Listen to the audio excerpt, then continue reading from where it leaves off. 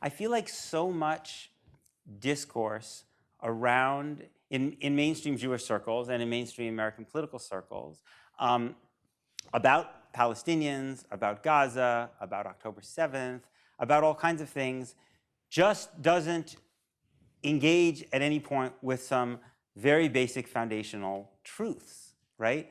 Without which it doesn't seem to me you're going to get anywhere good, right, in trying to understand what's happening, right?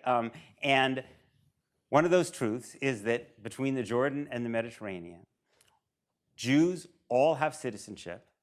They all have the right to vote for the government that has life and death control over them.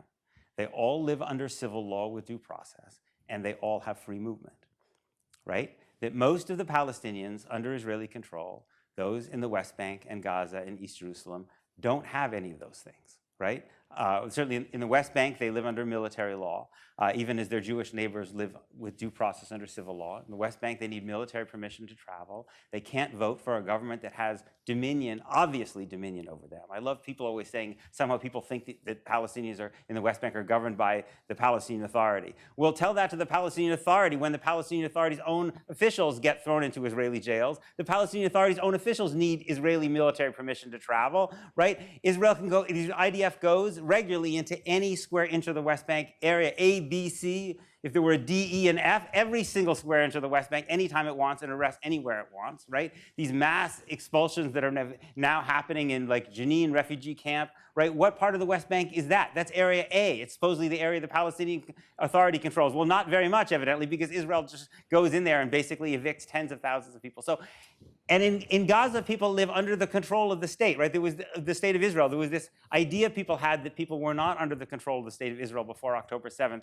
but that was clearly not true, right? Israel controls the population registry in Gaza, which means that for any person or good to go in and out of Gaza, on October 6th, Israel had to approve it. I mean, you could try to smuggle things in, right? But basically, as people said, it was a prison. It was just that it was like a prison where the prison guards had left the prison, right? So there were no longer settlers or soldiers on the ground before October 7th, right? But it was still a prison in the sense that Israel controlled everything that went in and out. Now, Egypt had a subordinate role, but even at the Rafah crossing, right, which is borders with Egypt, Israel had significant control in terms of when it went in and out. So this just basic foundational reality about the legal regime that exists, right, seems to me the starting point. You have to kind of think about violence, to think about morality, to think about how to make people safer. You have to engage with this question, right? And you have to engage with the question, right, that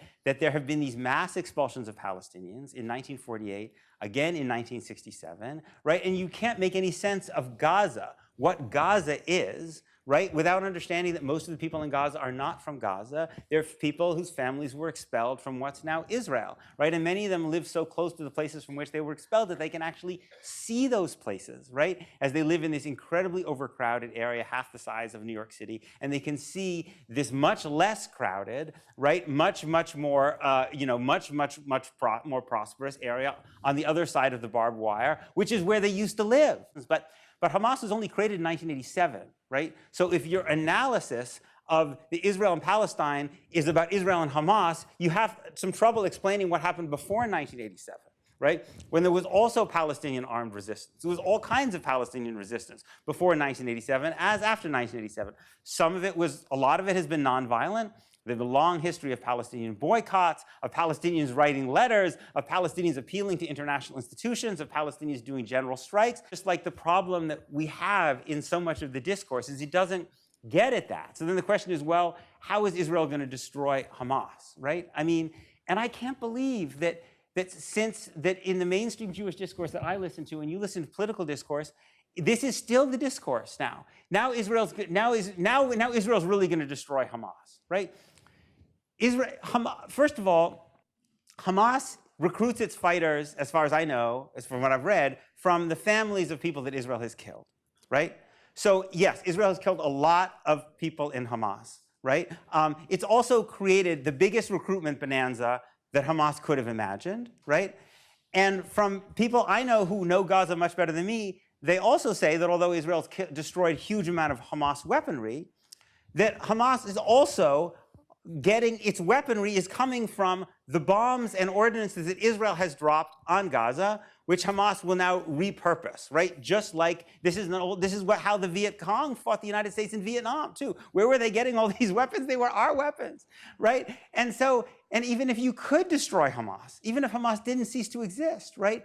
You really think that Palestinians would not create some other vehicle to fight against you if you're holding them under conditions that even Israel's own human rights organizations call apartheid, and a condition in Gaza that now Human Rights Watch and Amnesty in slightly different ways have both categorized as genocide? You think if Hamas wasn't there, that all these people who've seen their families killed, now Gaza, as our colleague Ahmed Moore has just written, has more child amputees than any other place in the world. You think people won't want to fight you?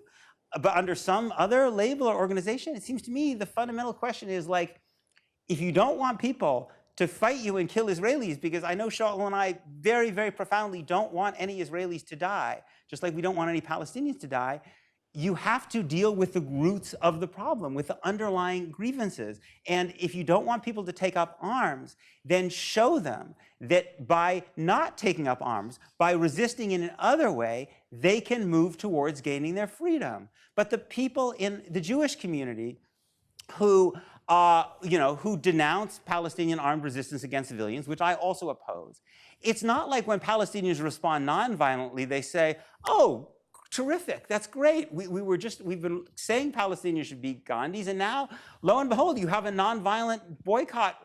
You're asking for boycotts. You're going to the International Criminal Court. You're going to the UN. You're doing nonviolent marches like the Great March of Return. No, what do American politicians do? They sanction the International Criminal Court.